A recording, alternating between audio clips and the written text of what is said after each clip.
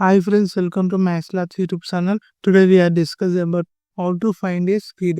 మనం స్పీడ్ ఎట్లా find out చేయాలని ఈ వీడియోలో డిస్కస్ చేద్దాం. మనం ఇప్పుడు ఒక కార్ కానీ ఒక బైక్ మీద కానీ మనం వెళ్తున్నాం. దాని స్పీడ్ మనకి బారోమీటర్లో బైక్ కానీ కార్ కానీ బారోమీటర్ పనిచేస్తలే, మనకు స్పీడోమీటర్ పనిచేస్తలేదు, మనకు స్పీడ్ తెలుస్తలే. అంటే మనం ఎట్లా క్యాలిక్యులేట్ చేయాలి ఎంత స్పీడ్గా పోతున్నాం అంటే మనం ఫస్ట్ డిస్టెన్స్ మనం 10 కిలోమీటర్స్ తీసుకున్నాం.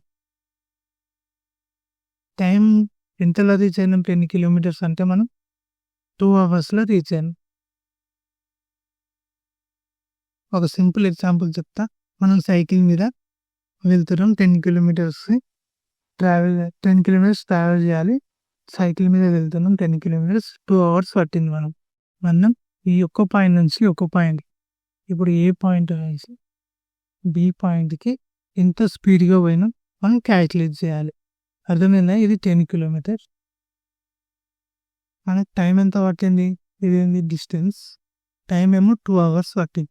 మనం సైకిల్ మీద ఎంత స్పీడ్గా తొక్కి వెళ్ళిపోయినాం అనేది స్పీడ్ ఫైండ్ అవుట్ చేయాలి. ఎందుకంటే సైకిల్కి మనకి స్పీడోమీటర్ ఉండదు కాబట్టి మనకు స్పీడ్ తెలియదు. మనం స్పీడ్ ఎట్లా ఫైండ్ అవుట్ చేయాలని ఒక చిన్న ఫార్ములా ఉంటుంది, ఆ ఫార్ములా సబ్స్టిట్యూట్ చేస్తే అయిపోతుంది. ఫార్ములా చెప్తే చూడండి. ఫస్ట్ ట్రయాంగిల్ రాసుకోవాలి.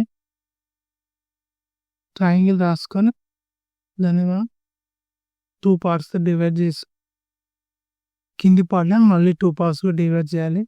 పైన దాంట్లో డిస్టెన్స్ రాయాలి, కింది దాంట్లో స్పీడ్ టైం రాయాలి.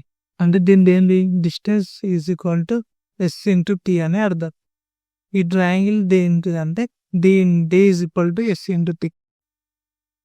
దాని ఫార్ములా మన తర్వాత డి ఉంది, మన తర్వాత టీ ఉంది, కానీ స్పీడ్ లేదు. స్పీడ్ని ఇక్కడనే ఉంచుకొని టీని ఇక్కడ పంపిస్తే ఏమవుతుంది?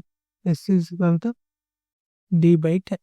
ఇది స్పీడ్ ఫార్ములా. ఈ స్పీడ్ ఫార్ములాలో దీన్ని సబ్స్టిట్యూట్ చేద్దాం. స్పీడ్ ఏమి ఇచ్చారు తెలియదు కాబట్టి డిస్టెన్స్ ఎంత ఇచ్చారు 10 బై మనకి టైం ఎంత ఇచ్చారు 2 అవర్స్. రెండు క్యాన్సిల్ చేద్దాం. స్పీడ్ ఎంత వచ్చింది మనకి? 5 కిలోమీటర్ పర్ అవర్. అర్థమైందా? మన స్పీడ్ ఎంత? ఒక్క 1 అవర్కి 5 కిలోమీటర్స్ అంత స్పీడ్గా మనం వెళ్ళిపోయినాం. అర్థమైందా? ఇంకొక ఎగ్జాంపుల్ తీసుకొని చెప్తా చూడండి. మనకు ఫస్ట్ ఈ ట్రయాంగిల్ మనకి గుర్తుండాలి. డిస్టెన్స్, స్పీడ్, టైంగా డివైడ్ చేసుకొని D equal to speed into time. నాకు ఇప్పుడు డిస్టెన్స్ ఉంది, టైం ఉంది. ఈ టీని యూజర్ సైడ్ తీసుకొస్తే ఇక్కడ మల్టిప్లికేషన్ ఉంది, ఇక్కడ సైడ్ తీసుకొస్తే ఏమవుతుంది? డివిజన్ అయిపోతుంది. అప్పుడు స్పీడ్ ఒకటే మిగులుతుంది. స్పీడ్ రాసుకొని స్పీడ్ ఎట్లుంది అట్లా పెట్టించుకొని డిస్టెన్స్ కాడ డిస్టెన్స్, టైం కాడ టైం సబ్స్టిట్యూట్ చేసి రెండు క్యాన్సిల్ చేసి మనం ఒక్క అవర్కి ఎంత స్పీడ్గా పోతున్నాం? 5 కిలోమీటర్స్ పర్ అవర్ పోతున్నాం.